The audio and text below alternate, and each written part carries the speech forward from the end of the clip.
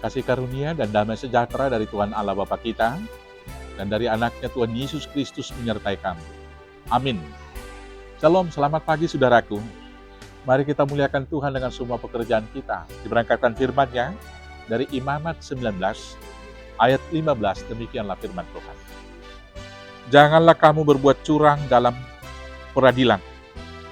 Janganlah engkau membela orang kecil dengan tidak sewajarnya, dan janganlah engkau terpengaruh oleh orang-orang besar, tetapi engkau harus mengadili orang sesamamu dengan kebenaran. Demikianlah firman Tuhan. Saudaraku yang terkasih dalam Yesus Kristus, kita sebagai umat dan orang percaya, ketika kita diperhadapkan untuk menimbang keadilan akan perkara satu orang atau dua orang teman kita yang berselisih, di manakah kita berdiri dan bagaimana kita menyikapinya? Ketika kita di posisi sebagai hakim yang harus menimbang kebenaran, sering sekali datang godaan yang subjektif.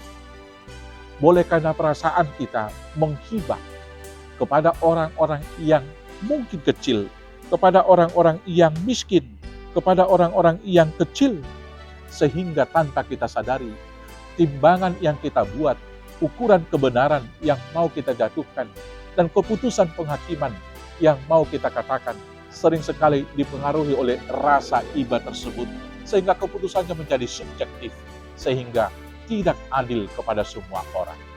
Tetapi di sisi lain bisa saja kita terpengaruh oleh karena kuasa dan kekayaan orang yang kita timbang. Dan itu kemudian mempengaruhi kita dalam menimbang, dalam mengukur, dan dalam menyatakan kebenaran kepada orang-orang kaya dan orang-orang yang berkuasa tersebut. Mungkin kita merasa tertekan, mungkin kita merasa takut, mungkin kita mau mendekatkan diri dan lain sebagainya.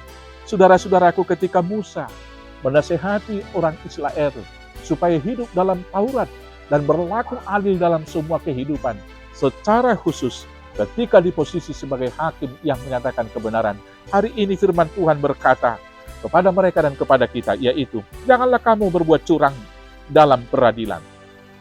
Janganlah engkau membela orang kecil dengan tidak sewajarnya, dan janganlah engkau terpengaruh oleh orang-orang besar, tetapi engkau harus mengadili orang sesamamu dengan kebenaran. Saudaraku, jangan membela orang kecil dengan tidak sewajarnya karena perasaan iba.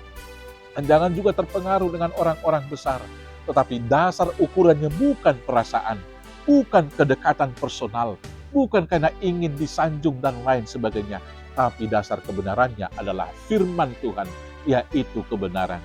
Berangkat dari kebenaran itu, biarlah kebenaran itu sendiri yang menimbang, mengadili, dan menyatakan mana yang salah dan mana yang benar di antara orang yang berperkara tersebut.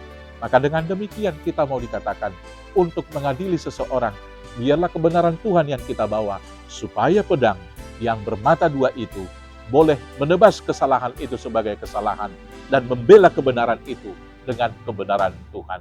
Dengan demikianlah kita adil dalam hukum, adil dalam bertindak, dan adil dalam menyaksikan kebenaran. Selamat menyaksikan kebenaran di dalam dasar kebenaran firman Tuhan. Tuhan Yesus memberkati. Amin, kita bersatu di dalam Tuhan. Terima kasih Bapa yang baik, karena Tuhan memberikan Roh Kudus kepada kami untuk melihat dasar kebenaran menurut firman.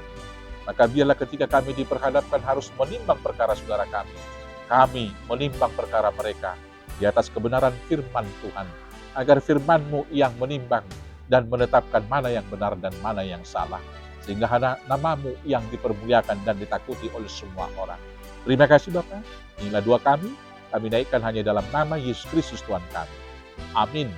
Selamat beraktivitas, Tuhan Yesus memberkati. Horas, horas, horas.